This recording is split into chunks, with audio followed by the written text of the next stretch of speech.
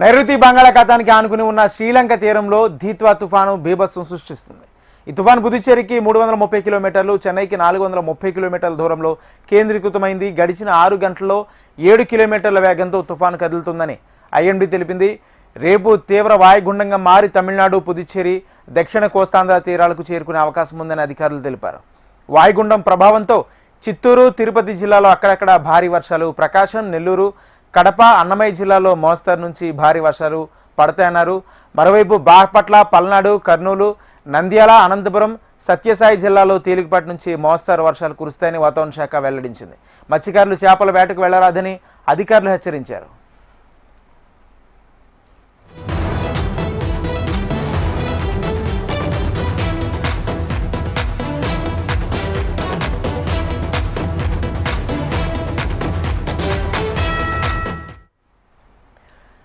నైరుతి బంగాళాఖాతంని ఆనుకుని ఉన్న శ్రీలంక తీరంలో ధీత్వా తుఫాను బీభత్సం సృష్టిస్తుంది. ఈ తుఫాన్ పుదుచ్చేరికి 330 కిలోమీటర్లు, చెన్నైకి 430 కిలోమీటర్ల దూరంలో కేంద్రీకృతమై ఉంది.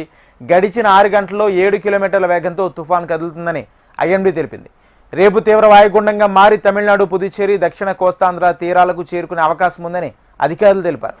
వాయుగుండం ప్రభావంతో చిత్తూరు, తిరుపతి ఈ జిల్లాలో అక్కడక్కడ భారీ వర్షాలు, ప్రకాశం, నెల్లూరు, కడప, అన్నమయ్య జిల్లాలో మోస్తరు నుంచి భారీ వర్షాలు పడతాయన్నారు.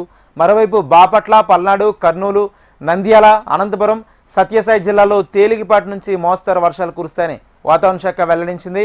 మత్స్యకారులు చేపల వేటకు వెళ్లరాదని అధికారులు హెచ్చరించారు. ఇదే అంశానికి సంబంధించి పూర్తి సమాచారం విశాఖ నుంచి మా ప్రతినిధి అనురాధ అందిస్తారు. అనురాధ,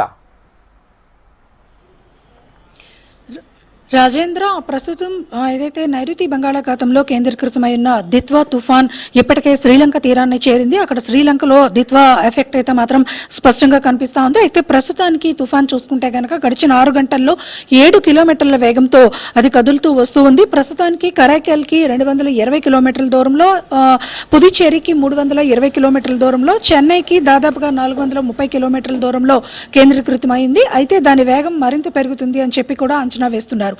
రేపు సాయంత్రం నాటికి ఏపీ తీరం, దక్షిణ కోస్తా ఆంధ్రాకి దగ్గరగా తమిళనాడు తీర ప్రాంతం మధ్యన తీరం దాటే అవకాశం ఉంది. అది సముద్రంలోనే తీరం దాటుతుందని కూడా అంచనా వేస్తున్నారు. సముద్రం లోపలే బలహీనపడి తీరం దాటుతుంది. అయినప్పటికీ కూడా తీవ్ర వాయుగుండంగా కొనసాగుతూ దక్షిణ కోస్తా ఆంధ్ర మీద ప్రభావాన్ని చూపించే అవకాశం ఉందని వాతావరణ శాఖ తెలిపింది. దీనికి సంబంధించి ఇప్పటికే పలు జిల్లాలకి రెడ్ అలర్ట్స్ కూడా ఇవ్వడం జరిగింది. ముఖ్యంగా దక్షిణ కోస్తా ఆంధ్ర అంతటా కూడా, అంటే నెల్లూరు, వైఎస్ఆర్ కడప, అన్నమయ్య, చిత్తూరు, తిరుపతి ఈ జిల్లాలకి రెడ్ అలర్ట్స్ ఇచ్చారు. అక్కడ భారీ నుంచి అతి భారీ వర్షాలు, దాదాపుగా 20 సెంటీమీటర్ల వర్షపాతం నమోదయ్యే అవకాశం ఉందని వాతావరణ శాఖ తెలిపింది. అయితే మిగిలిన ప్రాంతాల్లో కొద్దిగా అక్కడక్కడ భారీ వర్షాలు, కొన్ని చోట్ల మోస్తరు వర్షాలు కూడా కురిసే అవకాశం ఉందని అంచనాలు వేస్తున్నారు. బాపట్ల, పల్నాడు, కర్నూలు, నంద్యాల, అనంతపురం, సత్యసాయి జిల్లాలతో పాటు మిగిలిన కొన్ని జిల్లాల్లో తేలికపాటి నుంచి మోస్తరు వర్షాలు, యానాం వరకు కూడా కొద్దిగా మోస్తరు వర్షాలు కూడా కురిసే అవకాశం ఉంది. ఇటు ఉత్తరాంధ్ర జిల్లాల వైపు మాత్రం దిత్వా ఎఫెక్ట్ అయితే మాత్రం లేదు. ఇక్కడంతా కూడా పొడి వాతావరణం ఉంటుంది. మత్స్యకారులు అలర్ట్ గా ఉండాలని మాత్రం వాతావరణ శాఖ సూచనలు జారీ చేసింది. Right, thank you Anuradha.